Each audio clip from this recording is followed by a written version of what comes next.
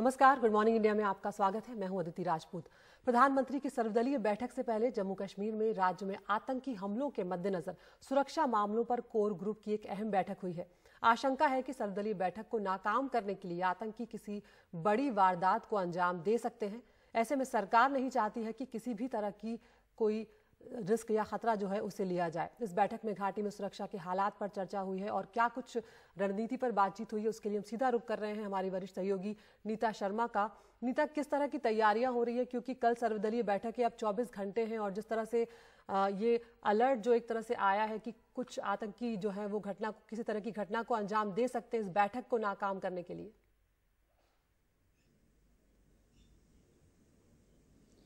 अदिति, इसे step by step समझने की जरूरत है। यूनियन होम मिनिस्टर ने जितने भी सिक्योरिटी प्लेयर्स हैं जम्मू कश्मीर में उनसे बैठक की थी पिछले हफ्ते। उसके बाद ये कोर ग्रुप की मीटिंग जो है श्रीनगर में हुई है। श्रीनगर में जो ऑपरेशंस हैं उन्हें रिव्यू किया गया है। जहां पे दिक्कतें आ रही थी उन गैप्स को फिल करने की बात की गई है। हमारे सूत्र हमें बता रहे हैं, क्योंकि जैसे कि प्रधानमंत्री कल मीटिंग लेने जा रहे हैं, 14 पोलिटिकल पार्टीज को उन्होंने इन्वाइट किया है। यह हाईएस्ट लेवल के टॉक्स हैं 2019 के बाद, 5 अगस्त 2019 के बाद ये हाईएस्ट लेवल ऑफ टॉक्स हैं, जिसमें वहां के नुमाइंदों से प्रधानमंत्री जो है वो रूबरू होंगे। तो सरकार नहीं चाहती है कि कुछ खलबली हो या कुछ गड़बड़ी मचे। इस कारण जो है वहां पे जो लेवल ऑफ अलर्टनेस है वो वहां पर बढ़ाया गया है जम्मू कश्मीर में। हालांकि सीज फायर जो है पाकिस्तान की तरफ से भी है, लेकिन वहां एलओसी में भी जो है ज्यादा सतर्क रहने को कहा गया है। यहाँ पे ये जो मीटिंग है इसमें जितने भी नुमाइंदे आएंगे उनकी तरफ से ये कहा जा रहा है, सरकार चाहती है कि वो जो डीलिमिटेशन प्रोसेस में पार्टिसिपेट करें, क्योंकि अभी तक जो पॉलिटिकल पार्टीज हैं ये पार्टिसिपेट नहीं कर रही हैं। ये सब तब आ रहा है अदिति, जब हमने देखा है घाटी में पिछले एक साल में तकरीबन 50% जो है वायलेंस इंसिडेंट लेवल जो है वो डिप हुए हैं। जो टेररिस्ट हैं वो भी इस बार कम मारे गए हैं। लेकिन सबसे ज्यादा चिंता की बात यह है जो होम ग्रोन टेररिज्म है बात। अगर मैं आपको गृह मंत्रालय के आंकड़े अगर बता पाऊं तो पहले 6 महीनों में 2021 के 54 आतंकी मारे गए हैं। इनमें से सिर्फ 2 जो थे जो फॉरेन टेररिस्ट थे, बाकी के सारे होम ग्रोन टेररिस्ट हैं। इसके मुकाबले में पिछले साल 112 आतंकी मारे गए थे पहले 6 महीनों में। नंबर ऑफ इंसिडेंट्स जो हैं वो भी कम हुए हैं। इस साल सिर्फ 60 रिपोर्ट हुए हैं, जबकि पिछली बार 101 रिपोर्ट हुए थे। सिक्योरिटी फोर्सेस हमेशा वहां पर मार्टर होती हैं। इस बार जो है 14 जवानों ने अपनी जान गंवाई है जो अगर कोई वहां पर इंसिडेंट हुआ है। पिछली बार इनकी संख्या 27 थी। सिविलियंस जो हैं इस बार 13 मारे गए हैं, पिछली बार ये 24 मारे गए थे। तो हर लिहाज से जो घाटी में वायलेंस लेवल है वो डिप हुआ है, हर एक हेड में जो है वो डिप हुआ है। ऐसे में सरकार चाहती है रीच आउट करना, साथ में इंटरनेशनल कम्युनिटी को भी वो दिखाना चाहती है कि किस तरह से वो वहां के लोगों को इंगेज करके रखना चाहती है।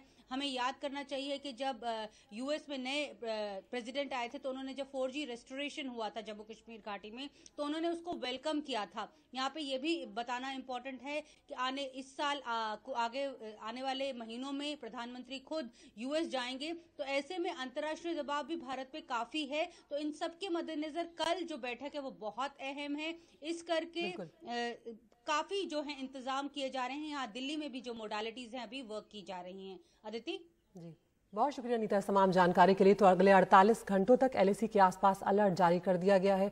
कोर ग्रुप की जो बैठक हुई है उसमें डीजीपी दिलबाग सिंह और corps commander lieutenant general DP Pandey भी मौजूद थे। और जिस तरह से नीता जानकारी दे रही है कि घाटी में 2021 में आतंकी घटनाओं में बड़ी कमी आई है। कोरोना की बात करते हैं। डेल्टा प्लस वेरिएंट ने अब सरकार की चिंता बढ़ा दी है।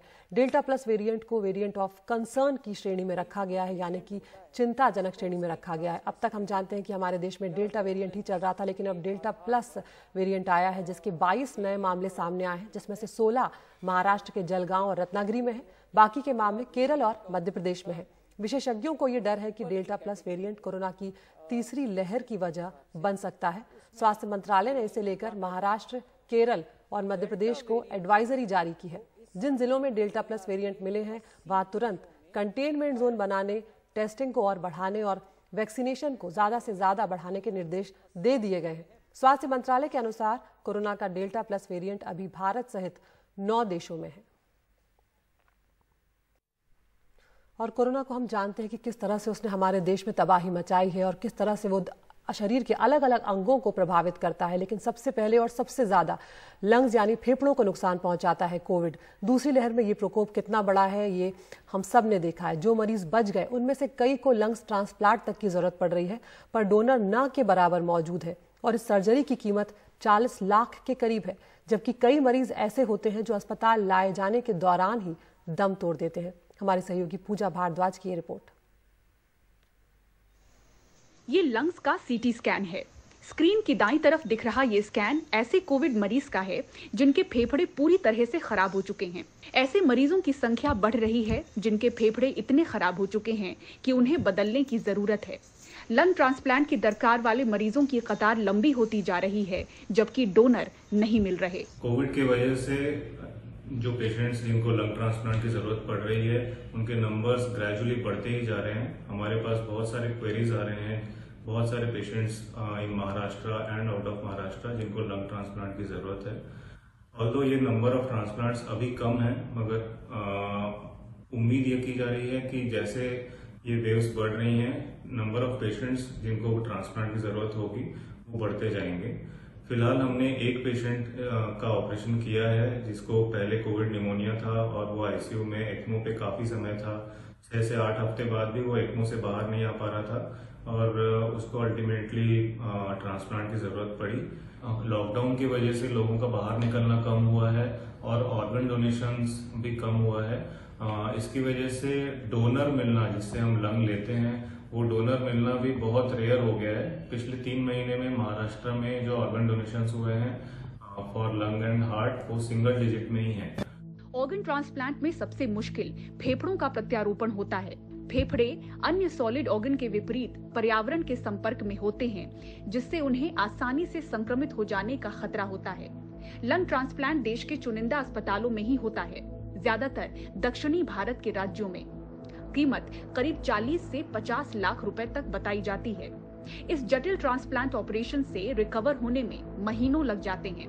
लंग्स में रिजेक्शन का खतरा बाकी ऑर्गन की तुलना में 2 से 3 गुना ज्यादा होता है। अलग अलग आंकड़ों के हिसाब से दुनिया में अब तक करीब 4000 लोगों का ही लंग ट्रांसप्लांट हो सका है। भारत में करीब 200। विश्व भर में कोरोना काल के दौरान वायरस से संक्रमित करीब 50 मरीजों का ही लंग ट्रांसप्लांट हो सका है। इसका कोई सरकारी आंकड़ा मौजूद नहीं। कोविड की वजह से पहले वेव से अभी सेकंड वेव जो खत्म हुआ है वहां तक अभी तक लगभग 13 पेशेंट्स की लंग ट्रांसप्लांट सर्जरी हुई है। कोविड-19 निमोनिया की वजह से फाइब्रोसिस होकर उनको ट्रांसप्लांट की जरूरत पड़ी है। सो ये नंबर अराउंड 13 है अभी तक। और सेकेंड वेव में ये देखा गया है कि फाइब्रोसिस जो सेटिंग हो रहा है, सीवियर कोविड हो रहा है, कुछ पेशेंट्स में जल्दी हो रहा है, जैसे हमने देखा है 38 ईयर 46 ईयर ओल्ड में भी होता है। सो ये सब पेशेंट्स में फाइब्रोसिस की मात्रा ज़्यादा होने से ट्रांसप्लांट की जरूरत पड़ रही है। हम अगर ये कंपेयर करें कि कोविड-19 के पहले इसका सिनेरियो कैसे था, लंग ट्रांसप्लांट की जरूरत देखिए उसके हिसाब से, तो मैं कहूँगा कि कोविड-19 में यंग पेशेंट्स को ज़्यादा ज़रूरत पड़ रही है।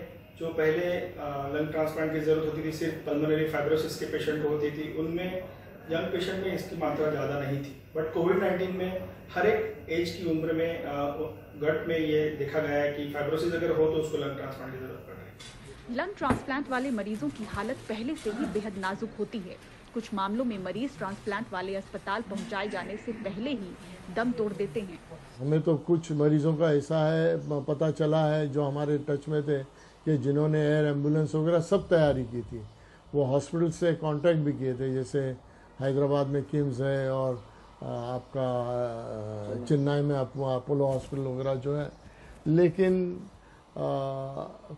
सब तैयारी होने के बावजूद भी एयरपोर्ट पहुंचते पहुंचते भी वो आखिरी सांस ले लेते हैं। जिस हॉस्पिटल में पेशेंट्स हैं आईसीयू के अंदर, वहां से एक लंग ट्रांसप्लांट सेंटर में शिफ्ट करना भी एक बहुत बड़ी चैलेंजिंग सिचुएशन है, क्योंकि वे पेशेंट्स जब आईसीयू में हैं उनको बहुत हाई ऑक्सीजन रिक्वायरमेंट होता है, वो वेंटिलेटर डिपेंडेंट होते हैं। कुछ पेशेंट्स ऐसे होते हैं कि उनको हॉस्पिटल के अंदर ही सीटी स्कैन तक शिफ्ट करना भी पॉसिबल नहीं होता है। करीब 40 लाख वाली ये सर्जरी हर वर्ग के लिए नामुमकिन है, पर कई लोग लाखों जुगाड़ कर भी डोनर नहीं ढूंढ पा रहे। दूसरी लहर का कहर भारी है, मरीज इंतजार में ही जिंदगी की जंग हार रहे हैं। मुंबई से पूजा भारद्वाज, एनडीटीवी इंडिया।